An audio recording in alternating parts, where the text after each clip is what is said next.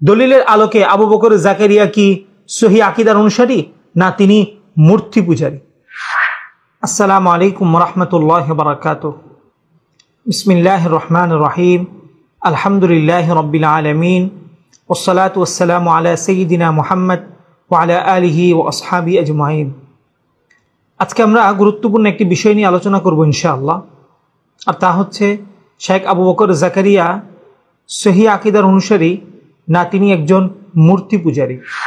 আসুন আমরা শুরুতে শেখ আবু বকর জাকারিয়া সাহেবের রহমান আরশের উপর উঠেছেন এই কিতাব থেকে আল্লাহ তাআলার সিফাত সম্পর্কে আকীদা কি রাখতে হবে এ বিষয়ে তিনি কি লিখেছেন আসুন আমরা একটু পড়ে আসি।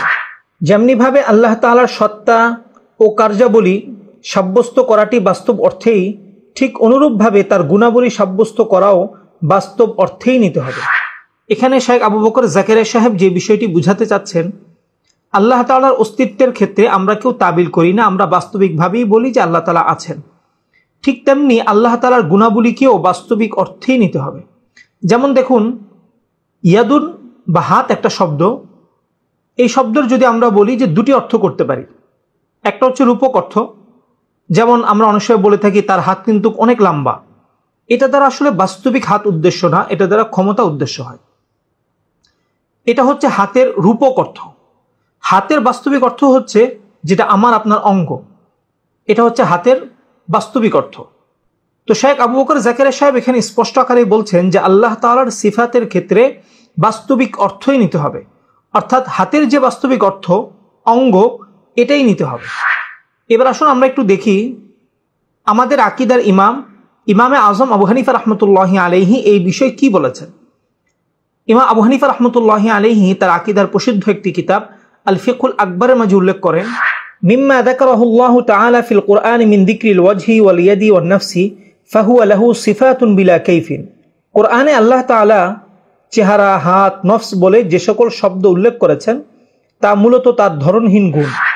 এখান থেকে আমরা বুঝতে পারলাম ইমামে আজম আবু হানিফা রাহমাতুল্লাহি আলাইহি হাত এগুলোকে আল্লাহ তাআলার সিফাত রূপে স্বীকার করেন। এখন প্রশ্ন হচ্ছে তিনি কি এগুলোকে বাস্তবিক অর্থেই ধরেন? দেখুন এই বিষয়ের মধ্যে ইমামে আজম আবু হানিফা রাহমাতুল্লাহি আলাইহি তার আকীদার প্রসিদ্ধ আরেকটি কিতাব আল ফিকহুল আবসাতের মাঝে উল্লেখ করেন, ইয়াদুল্লাহি ফাওকা আইদিহিম লাইসাত কাআইদি খালকিহি ওয়া লাইসাত জারিহাতান ওয়া হুয়া খালিকুল আইদি। কোরআনে এসেছে আল্লাহর হাত তাদের হাতের উপর, তবে তার হাত সৃষ্টির হাতের মতো নয় এবং তার হাত অঙ্গ নয়, এবং তিনি হচ্ছেন হাতের স্রষ্টা। এখান থেকে আমরা যে জিনিসটা বুঝতে পারলাম, ইমামে আজম আবু হানিফা রাহমাতুল্লাহি আলাইহি ইয়াদুন বা হাতকে আল্লাহ তাআলার সিফাত রূপে সাব্যস্ত করেন, সাথে সাথে তিনি হাতের যে বাস্তবিক অর্থ অর্থাৎ অঙ্গ এটাকেও তিনি নাকচ করেন।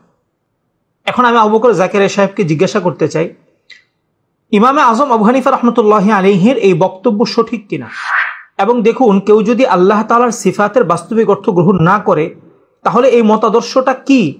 এই বিষয়ে আবু বকর জাকারিয়া সাহেব রহমান আরশের উপর উঠেছেন এই কিতাবের মাঝে তিনি লিখেন, পরবর্তী লোকদের কাছে পরিচিত তাফসীর বা নাম ও গুণের অর্থ না করে যেভাবে তা এসেছে সেভাবে ছেড়ে যাওয়া নীতি অবলম্বন করা হলে তার দ্বারা প্রকৃত অর্থকে বাদ দেওয়া হয়, তাই সেটি নিকৃষ্ট বিদআতের অন্তর্ভুক্ত।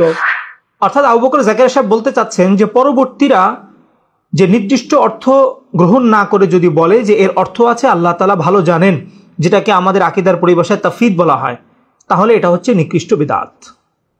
এখান থেকে সুস্পষ্টভাবে বোঝা যায় যে আবু বকর জাকারিয়া সাহেব হাত বলতে তিনি অঙ্গই বোঝেন, বাকি তিনি মানুষের মতো এটা বলেন না, আল্লাহর অঙ্গ আল্লাহর মতো এই জিনিসটাই তিনি বলতে চান। এবার আসলে আমরা একটু দেখি আল্লাহ তাআলার সিফাতের বাহ্যিক অর্থ নেওয়া হবে কিনা। এই বিষয়ের মাঝে আহলুস সুন্নাতি ওয়াল জামাআতের প্রসিদ্ধ একজন ইমাম নববী রাহমাতুল্লাহি আলাইহি, যিনি মুসলিম শরীফের প্রসিদ্ধ ব্যাখ্যা গ্রন্থ আল মিনহাজের মাঝে লিখেন, নুমিনু বিহা ওয়া লা নাতাকাল্লামু ফি তা'ওয়িলিহি ওয়া লা না'রিফু মা'নাহু ওয়ালাকিন না'তাকিদু আন্না যাহিরাহু গায়রু মুরাদিন ওয়া আন্না লাহা মা'নান ইয়ালিকু বিল্লাহি তাআলা ওয়া হাযা মাযহাবু জামাহিরিস সালাফ ওয়া তাওয়াইফ মিনাল মুতাকাল্লিমিন। এই জাতীয় হাদিসের উপর আমাদের ঈমান আছে, আমরা এর অর্থ জানি না এবং কোনরূপ তাবিলও করব না, তবে আমরা এই বিশ্বাস রাখব যে বাহ্যিক অর্থ উদ্দেশ্য নয়, বরং আল্লাহ তাআলার শান অনুযায়ী শব্দগুলোর অর্থ রয়েছে। অধিকাংশ সালাফ ও মুতাকাল্লিমিনদের কতক জামাতের মাযহাব এটাই। এখানে লক্ষ্য করুন, ইমাম আবু হানিফা রহমতুল্লাহি আলাইহি হাতকে সিফাত রূপে সাব্যস্ত করেছেন, বাহ্যিক অর্থকে নাকচ করেছেন। ইমাম নববী রহমতুল্লাহি আলাইহি স্পষ্ট আকারে বলেছেন বাহ্যিক অর্থ গ্রহণ করা যাবে না, এবং এটাই হচ্ছে সালাফদের মাযহাব। আবু বকর জাকারিয়া সাহেবের কথা হলো বাহ্যিক অর্থ নিতে হবে, বাহ্যিক অর্থ যদি কেউ না নেয় তাহলে সেটা হবে নিকৃষ্ট বিদআত। অর্থাৎ আবু বকর জাকারিয়া সাহেব আল্লাহ তাআলাকে বাহ্যিক অর্থের উপর নির্ভর করে বলতে চান যে আল্লাহ তাআলা বিভিন্ন অঙ্গ প্রত্যঙ্গ দ্বারা গঠিত একটা সত্তা, বাকি তার অঙ্গ প্রত্যঙ্গের ধরন তিনি জানেন, আমরা জানি না। নাউযুবিল্লাহি মিন যালিক। কোনো ব্যক্তি যদি বিশ্বাস করে যে আল্লাহ তাআলা বিভিন্ন অঙ্গ প্রত্যঙ্গ দ্বারা গঠিত, এই ব্যক্তি সম্পর্কে ইমামদের বক্তব্য কি আসুন আপনাদেরকে একটু দেখাই। যেমন ইমাম গাজালি রহমতুল্লাহি আলাইহি ইলজামুল আওয়াম কিতাবের মাঝে লিখেন, فإن خطر بباله أن الله تعالى جسم مركب من أعضاء فهو عابد صنم।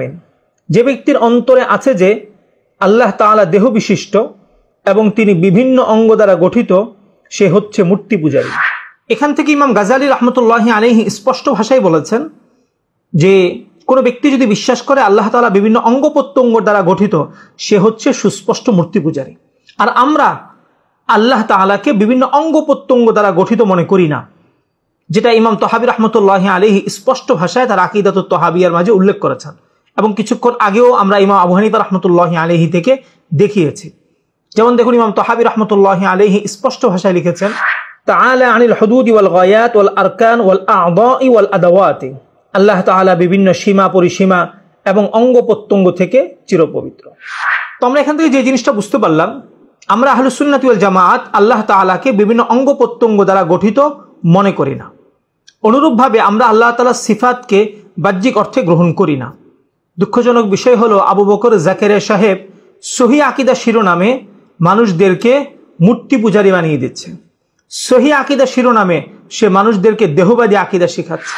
আল্লাহ তাআলার সিফাত বিষয়ে একজন সালাফির সাথে আপনি কিভাবে কথা বলবেন এবং কিভাবে আপনি নির্ণয় করবেন সে সালাফি কি মূর্তি পূজারী না সহিহ আকীদার, একটা কৌশল আপনাদেরকে শিখিয়ে দিই। যেমন ধরুন, যখন কোনো সালাফি আপনাকে বলবে আল্লাহ তাআলার হাত আছে, চোখ আছে, আপনি বলবেন আমিও বিশ্বাস করি আল্লাহ তাআলার হাত আছে, চোখ আছে। বাকি আপনি আমার কাছে একটু স্পষ্ট করেন এই হাত দ্বারা আপনার কি উদ্দেশ্য? আপনি কি এটাকে গুণ মনে করেন না অঙ্গ মনে করেন? যদি সে বলে এটাকে আমি গুণ মনে করি, আমি এটাকে অঙ্গ মনে করি না, তাহলে বুঝবেন সে হচ্ছে সহিহ আকীদার অনুসারী। আর যদি সে বলে এটা হচ্ছে অঙ্গ, তাহলে বুঝবেন সে হচ্ছে মূর্তি পূজারী। সে যদি বলে এটা বাহ্যিক অর্থে হবে, তাহলে ধরে নেবেন সে হলো মূর্তি পূজারী। কেননা হাতের বাহ্যিক অর্থ অঙ্গ বুঝায়, হাতের রূপক অর্থ সেটা আপনার অনেক সময় ক্ষমতা বুঝায়, বিভিন্ন সময় বিভিন্ন জিনিস বুঝায়, কিন্তু হাতের বাস্তবিক অর্থ এটা একটা অঙ্গ বুঝায়। এই সামান্য একটা কৌশলের মাধ্যমে আপনি নির্ণয় করতে পারবেন কোন সালাফি সহিহ আকীদার অনুসারী আর কোন সালাফি মূর্তি পূজারী। আজকের আলোচনার খোলাসা, পবিত্র কোরআন ও হাদিসের মাঝে আল্লাহ তাআলার বহু গুণাবলী সাব্যস্ত হয়েছে। ইমামে আজম আবু হানিফা রহমতুল্লাহি আলাইহি এবং আমরা সে সমস্ত গুণকে আল্লাহ তাআলার সিফাত রূপে স্বীকার করি। 2, সালাফিরা এই শব্দগুলোকে সিফাত রূপে সাব্যস্তের সাথে সাথে তারা এগুলোকে বাহ্যিক অর্থে গ্রহণ করে এবং বাহ্যিক অর্থে আল্লাহ তাআলাকে বিভিন্ন অঙ্গ বিশিষ্ট সত্তা মনে করে। কিন্তু আহলুস সুন্নাত ওয়াল জামাআত আল্লাহ তাআলাকে অঙ্গ বিশিষ্ট সত্তা মনে করেন না এবং হাতকে তারা অঙ্গ মনে করেন না, এটাকে আল্লাহ তাআলার গুণ মনে করেন। সুতরাং সালাফিরা বা আবু বকর জাকারিয়া সাহেব সহ এই ঘোমটাওয়ালা আরো যে সমস্ত শায়েখরা আছেন, এরা সহিহ শিরোনামে আপনাকে মূর্তি পূজারী বানাচ্ছে, এরা সহিহ শিরোনামে আপনাকে দেহবাদী আকীদা গিলাচ্ছে, এরা সহিহ শিরোনামে আপনাকে ইহুদিদের আকীদা গিলাচ্ছে। এই জন্যই দেখবেন আবু বকর জাকারিয়া সাহেব বলেন আশআরী মাতুরিদিরা জাহান্নামে যাবে। কেন জানেন? তারা মূর্তি পূজারী ছিল না। আবু বকর জাকারিয়া সাহেবের বক্তব্য অনুযায়ী মূর্তি পূজারীরাই হলো জান্নাতি। নাউযুবিল্লাহি মিন যালিক।